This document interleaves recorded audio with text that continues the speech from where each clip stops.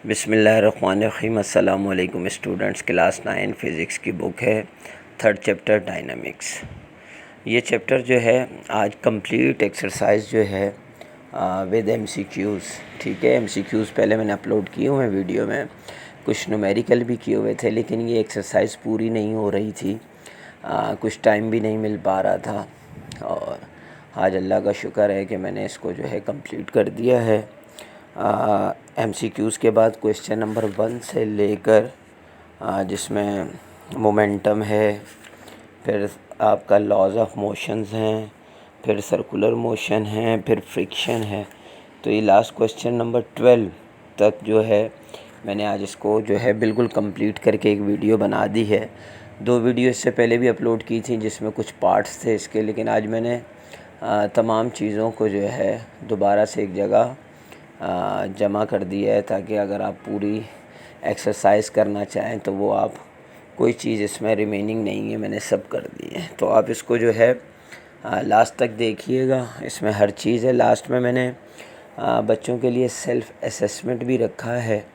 अगर कोई बच्चा जो है अपने आप को चेक करना चाहता है, चैप्टर 3 पूरा जो है समझ लेने के बाद, एक्सरसाइज कर लेने के बाद, अगर वो सेल्फ़ असेसमेंट का टेस्ट देना चाहता है, तो लास्ट में मैंने क्वेश्चंस रखे हैं, वो आप उसको जो है मतलब सॉल्व करके मुझे कमेंट्स करें अगर आप उसके बारे में पूछना चाहते हैं, और अपने आप को भी उसमें चेक करें। अच्छा, ये एमसीक्यू से पहले कुछ इस टॉपिक के बारे में क्वेश्चन थे, वो आपके एक्सरसाइज के नहीं थे। एक्सरसाइज यहाँ से स्टार्ट हो रही है, और एमसीक्यूज़ पहले भी मैं बता चुका हूँ, बताने की ज़रूरत नहीं है।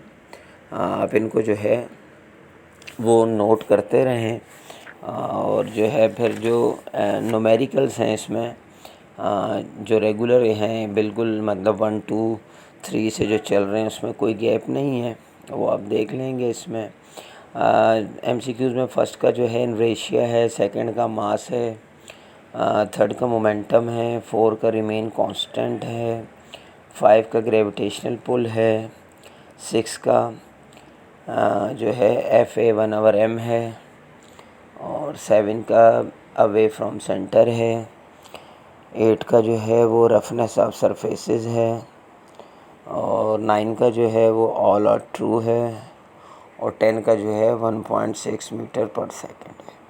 तो ये आपका जो है एमसीक्यूज़ का जो सेक्शन ए है ये हमारा कंप्लीट हो गया। सेक्शन बी में क्वेश्चन नंबर 1 है, define momentum with SI unit. ठीक है, तो ये आप इसमें से उसको देख सकते हैं।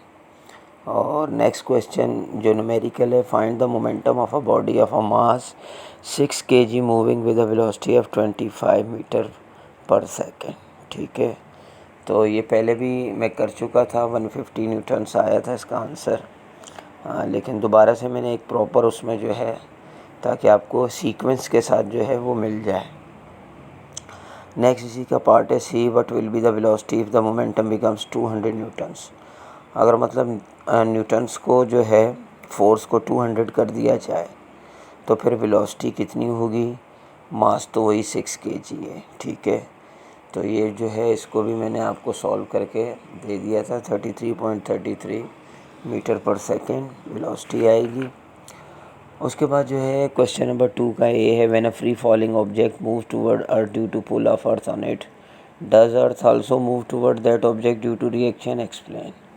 ठीक है, तो इसको जो है एक्सप्लेन कर दिया गया है। उसके बाद बी है, body of mass 10 kg moving with velocity of 10 metre second, a force act for 5 second to reduce its velocity 2 metre second, find the momentum of body before and after application of the force on it. इसमें जो है हमें सिर्फ forces बतानी थी, यानी PF और PI, momentum final, momentum initial. इससे पहले वाले में जो है मैंने इसको आगे भी सॉल्व कर दिया था, तो वो आप छोड़ दीजिएगा। इसको सिर्फ हमें 100 में से 20 माइनस नहीं करना, बल्कि ये सिर्फ यहाँ तक बताना है कि फ़ाइनल कितना है मोमेंटम और इनिशियल कितना है। When a wire fence is design in the helmet of batsman, third A, और इसी तरह उसका B, how does it prevent from injuries. ठीक है, उसके बाद लॉज ऑफ मोशन में है, उसमें देख लें आप, state the Newton first law of motion, give some common example, फिर B an list some common observation that are caused by the property of inertia. फिर 5A है define Newton second law of motion, और B में numerical है force of 3400 newton is applied on a body of mass 850 kg, find the acceleration produce by the force. ठीक है, तो ये भी मैंने पहले आपको अपलोड कर दिया था। और इसी का सी पार्ट था, how much force should be applied on a body of mass 425 kg to produce acceleration same as calculated in part B. ठीक है, तो मास चेंज किया गया था और बकाया रिमेनिंग चीज़ें वही थी, जिसमें जैसे कि एक्सेलरेशन था तो ये किया। फिर 6A है, show the relationship between applied force and the acceleration produce in the body. ठीक है, इसके बाद इसी का पार्ट बी में न्यूमेरिकल है, find the masses of a body which is accelerated by applying a force of 200 and that speed of it to 36 metre per second. इस numerical में प्रॉब्लम था, यहाँ पे टाइम गिवन नहीं था, जिसकी वजह से ये थोड़ा सा प्रॉब्लम था।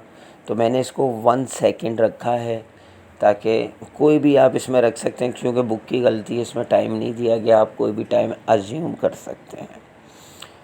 ठीक है, और इसी का फिर जो है जब आप ये कर लेंगे तो सी पार्ट बी सी में से है, what should be the acceleration of the same body if the applied force change to 280 newtons. तो मास उसका कितना आएगा 5.5 kg। ठीक है, तो ये आप उसको मतलब 280 को 5.5 kg मास जो आया हुआ है, आपने उसके साथ इसको जो है वो डिवाइड करना है, तो आपका आंसर वो आ जाएगा। अच्छा जी, उसके बाद क्वेश्चन नंबर 7, यहाँ से जो है रिमेनिंग थे पार्ट्स, यहाँ 7 से असल चीज़ है जो मैंने इसमें ऐड की है। Question number 7, an empty car has 1200 kg mass, it engine can produce acceleration of 4 metre per second. If 300 kg load is added to mass by passenger and luggage, what acceleration the same engine will produce. तो अब इसमें देखें, दो masses दिए हुए हैं, acceleration दिया हुआ है, दूसरा एक्सेलरेशन मालूम करना है। ठीक है, अब इसमें देखें, ज़ाहिर है पहला मास तो 1200 है, दूसरे में 300 ऐड कर देंगे तो 1500 हो जाएगा। तो जब आपका फर्स्ट जो है वो आप मालूम कर लेंगे, इसका एफ़ फोर्स यानी जो है उसकी मालूम हो जाएगी, तो फिर नेक्स्ट एक्सेलरेशन भी हमें मालूम हो जाएगा। जैसे कि 4800 न्यूटन है, तो नेक्स्ट में वो फिर बहुत इजी हो गया, डिवाइडेड बाय 1500 हो गया, तो हमारे पास उसकी जो है वो एक्सेलरेशन आ गई। ठीक है, उसके बाद क्वेश्चन नंबर 8 है, enumerate at least 3 clear differences between mass and weight. Mass and weight मैंने आपको पहले भी डिफ़ाइन भी कर दिया कि मास क्या है और वेट क्या है, और उसके ये जो है डिफरेंसेस भी लिख दिए हैं, आप इसमें नोट कर सकते हैं। इसका बी पार्ट में न्यूमेरिकल है, the mass of an object is 60 kg, find its weight on. 3 जो हैं आपको प्लैनेट दिए गए हैं, उनकी ग्रेविटेशनल फोर्स भी नीचे दे दी गई है, अर्थ, मून, मार्स, और उनकी एक्सेलरेशन भी अर्थ 9.8 या 10 ले लें आप, और मून 1.6 और मार्स 3.7 है। तो आपने जो है एक 60 kg का मास है, उसका वेट मालूम करना है। ठीक है, इन तीनों ग्रेविटेशनल फोर्स के ज़रिए, बहुत इजी है, कोई मुश्किल नहीं है, इसमें मैंने कर दिया है, आप देख सकते हैं। अच्छा जी, उसके बाद जो है वो है सर्कुलर मोशन टॉपिक है, और उसमें क्वेश्चन नंबर 9 है, define the force acting on object in circular motion. तो एक ऑब्जेक्ट जो है जो सर्कुलर मोशन में है, उस पर जो फोर्स एक्ट होती है आपको मालूम है, सेंट्रीपिटल और सेंट्रीफ्यूगल फोर्स। तो ये जो है पहले भी, इससे पहले मैंने जितने भी मतलब डेफिनेशंस वगैरह या इस तरह के वो थे रिटन वर्क, वो तो मैं पहले अपलोड कर चुका हूँ। अच्छा, सेकंड है, draw figure showing the direction of centripetal force, centrifugal force and velocity of an object along circular path, ये आप देख चुके हैं। थर्ड इसका है, a car is running on a circular path of highway having about 1000 radius, the mass of car is 600 kg and its velocity 72 kilometre per hour. तो 72 kilometre per hour को हमने सेकंड में, मीटर के साथ second में change करना है, आपको फार्मूला पता है, मल्टीप्लाई बाय 1000 डिवाइडेड बाय 3600। ठीक है, तो ये आपका आंसर आ जाएगा। उसमें दो चीज़ें मालूम करनी है कि centripetal force exerted by the car, ठीक है, जो car force centripetal force exert कर रही हो, जबकि दूसरा है एक्सेलरेशन ऑफ कार। तो दोनों इसमें मालूम हो गए। डी है list down some purposeful uses of centrifuge that human are benefiting every day. ठीक है। उसके बाद आपका क्वेश्चन नंबर 10 है what is the force of friction, explain with 2 example from daily life.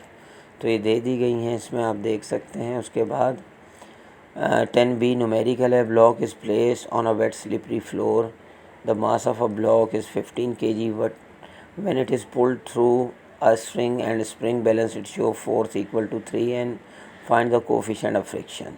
तो फोर्स जो फ्रिक्शन की है is equal to mu M G. ठीक है, तो हमें म्यू मालूम करना है, बकाया चीज़ें तो दी हुई हैं, तो आपको पता है म्यू एम जी है तो वो इस तरफ आएगा। म्यू मालूम करना है तो एम जी डिवाइड की पोजीशन में चला जाएगा, तो 3 डिवाइडेड बाई 150 आपका होगा, तो आंसर आपका आ गया 0.02 आंसर। ठीक है।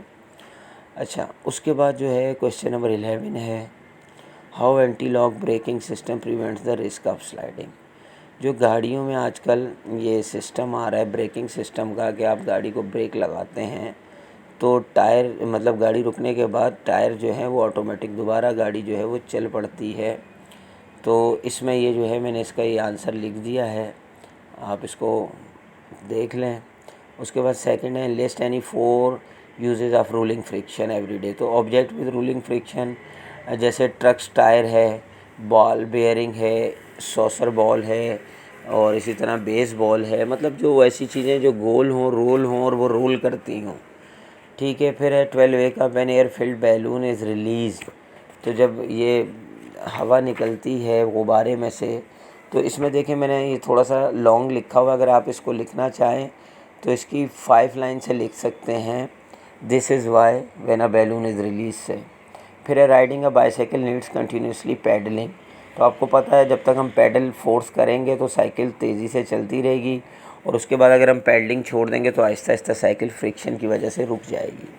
फिर इसी तरह है biker riding in the death well, जो मौत के कुएं में बाइक चलाते हैं तो कैसे वो वही सेंट्रीफ्यूगल फोर्स होती है जो उनको पुश कर रही होती है आउटवर्ड साइड, जिसकी वजह से फ्रिक्शन में उनको पकड़ा हुआ होता है और वो गिरते नहीं हैं। अगर उस कुएं की दीवारें गीली होंगी तो फिर वो उस पर उस तरह से बाइक नहीं चला पाएंगे।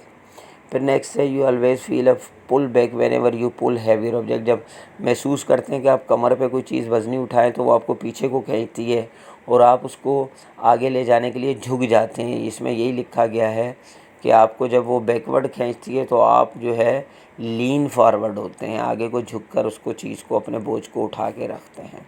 ये उसके बाद जो सेल्फ असेसमेंट क्वेश्चन हैं, ये अगर आप करना चाहें तो बहुत अच्छे हैं, आप इनको जो है ट्राई करें और मुझे कमेंट्स में जवाब दें। इंशाल्लाह नेक्स्ट वीडियो में मिलते हैं। अल्लाह हाफ़िज़।